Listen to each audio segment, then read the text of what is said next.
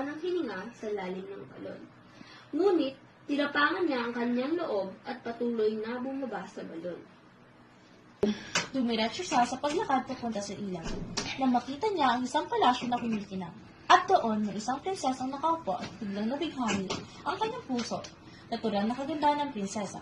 Kaya lumuhod siya sa tapat ng prinsesa at sabi, O Prinsesa Juana, sumama ka sa akin at mamahalin kita ang bambuhay. meron sa akin nakabantay na malakas na higante at hindi ko kayang iwanan ang aking bunsong kapatid na si Leonora. Tutulungan kitang paslangin ang higanteng yun at ililigtas ang kapatid mo. Sila Don Juan at Doña Juana ay nag-uusap pa hanggang may narinig silang malakas na yabang sa kanilang likuran.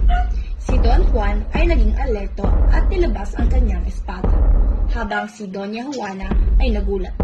Papalapit ng papalapit ang malakas na yabang hanggang nakita nila ang dambuhalang higante. Si Don Juan at ang higante ay nag-away.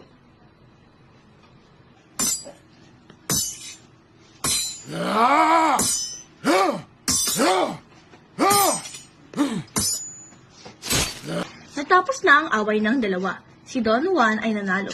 Paalis na si Don Juan nang tinigilan siya ni Doña Juana. Don Juan, wag ka munang umalis. Ang bunsong kong kapatid na si Doña Leonora ay maiiwanan. Merong mabangis na serpente na may 7 ulan na tumutubo na paulit-ulit. Parang amo mo na. Tulungan mo siya. Si Don Juan ay pumunta na kay Doña Leonora. Si Doña Leonora ay nagulat sa pagpunta ni Don Juan. Dati pa kitang hinahanap, ikaw ay aking iniibig. Halika't at sumama ka sa akin. At tayo magpakasal. Ngunit, paano mo ako nakilala? Nakita kita sa aking panaginip. At pagkakataon na iyon, binala ko nang hanapin ka. Merong serpienteng mabangis na nakabantay sa akin. Ako ang bahala sa'yo. Ililigtas kita kahit ano mangyari. Nag-away sina Don Juan at serpiente.